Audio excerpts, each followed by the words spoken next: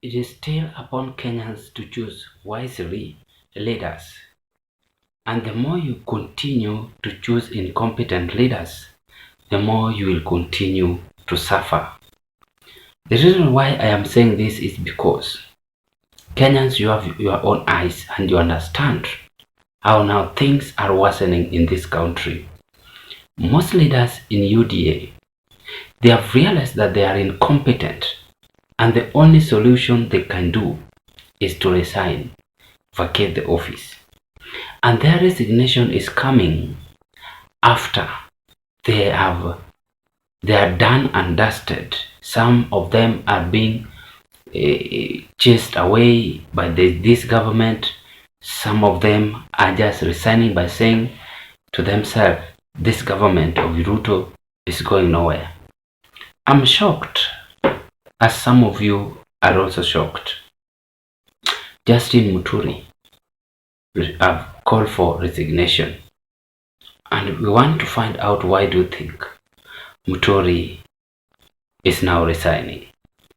Friends warn me against Kenya Kwanza. CS Muturi calls out Ruto's government. You can see William Ruto is paralyzed with fear. Muturi looking at him in sideways. Public Service Cabinet Secretary Justin Muturi has sparked controversy after issuing a pressure head-eating to the government he serves in. That is what he said. Then, on Sunday, January 11th, Muturi publicly took issue with the government conduct as regard abduction and other extrajudicial acts perpetrated against the victims, civilians. Muturi implied that Ruto's government had reneged on slots of the promises he made to Kenyans while on the campaign trail. For instance, he referenced Ruto's promises of never entertaining abductions, as had been the case with the regime under former President Uhuru Kenyatta. They will come out and expose this government and expect more. It will only take a second for William Ruto to lose, and it will take many hours for William Ruto to find on how he might not lose. Simple and clear. I want us to dig deep into this. But before I carry on, ladies and gentlemen, I want to thank you and appreciate you so much for your great support in this channel. I appreciate you and may God bless you for your subscription. We are going well, almost making it at 7,000 subscribers. I know at the end of this month, we're gonna make it. Now, if you are watching me for the first time having interest to proceed with this kind of political discussion, kindly do me a favor. Take a 1 second and click that notification bell and subscribe to our YouTube channel. Like my videos, watch, share, and give us your opinion. As you bother the same boat with the members, please take just a minute and also you individually to ask yourself this simple question. Is William Ruto going to build this country? Is this administration going to make us smile in the Vision 2030? Because how things are happening right now is a clear indication that Ruto is one-term president. Today in the afternoon, when I analyzed, by the way, that video is really going well. When I analyzed William Ruto, 50,000 Kenyans had filed a case against him at the ICC. Some of you even opened my eyes and told me in the comment section that Ruto have done several things which he deserves to be arrested. Now, public service boss Justin Muturi dropping his resignation letter while in the office. He had gone silent sometimes and now resigning. His resignation is coming when Moses Kuria said that he sometimes raises cases in this government, but no one is considering. Almost 10% of his stake is always being taken, as 90% just they leave it that way. I keep on telling you that Ruto is the only one making his own decision. If you are the head of state and you make your own decision, you are not going to make it. Number one, why Muturi is resigning? Because of his son abduction. This government abducted Muturi's son, do we recall? Na kumbe aliweka kwa roho. Hii uchungu amesikia kama mzazi.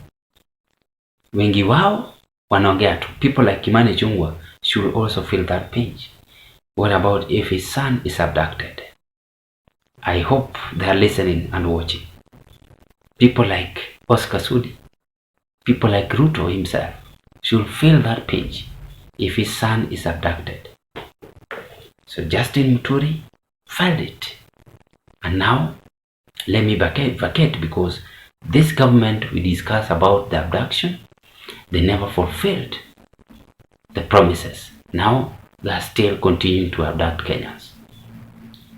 The second one, Justin Muturi have sensed danger that Mount Kenyan's people are not going to vote William Ruto. And this might make William Ruto to lose 2027 election. If Raila Odinga fails for the AUC, Raila is going to come up with another storm. Remember, politics is always well planned, well drafted for anyone to achieve whatever he or she wants. And again, I asked you just the other day, what if the vote in the Mount Kenya blocked to Kalonzo Musyoka? Then Raila Odinga split the votes. William Ruto is only going to remain with the Rift Valley. He is now helpless.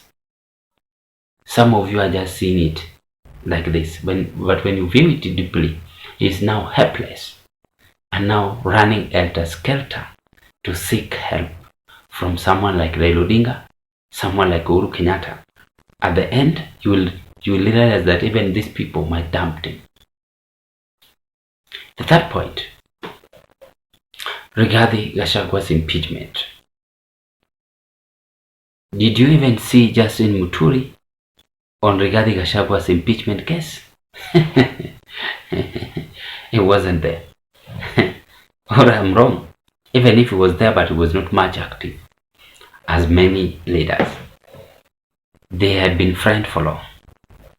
And maybe Rigathi have said to him some of the sensitivity secret in the government, the plan Ruto is having for him.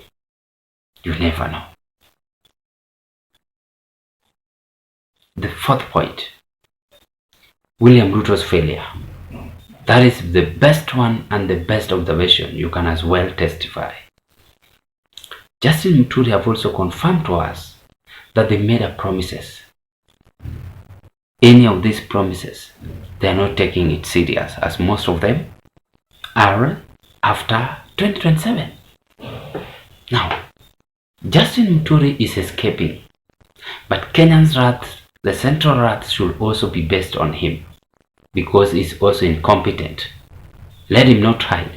Let them, if it is a matter of burying them together with William Ruto's government, let them all go. Because if you want to pretend that he is not a sinner, yet he is a sinner, he's spoken bad in some occasion. Now it is upon him to revenge, to feel that pinch. That is what we call the world always rotates. With me, according to this calling of resignation of Justin Muturi, is raising a lot of eyebrows in Ruto's government. And William Ruto should be keen and take this serious, because today they are resigning, tomorrow they are resigning, yet Kenyans expect much to be done by them. The same William Ruto is doing cabinet reshuffle. Oh, what a total failure in this government. What are your take, ladies and gentlemen? I raise my case at this point. Thank you and bye-bye.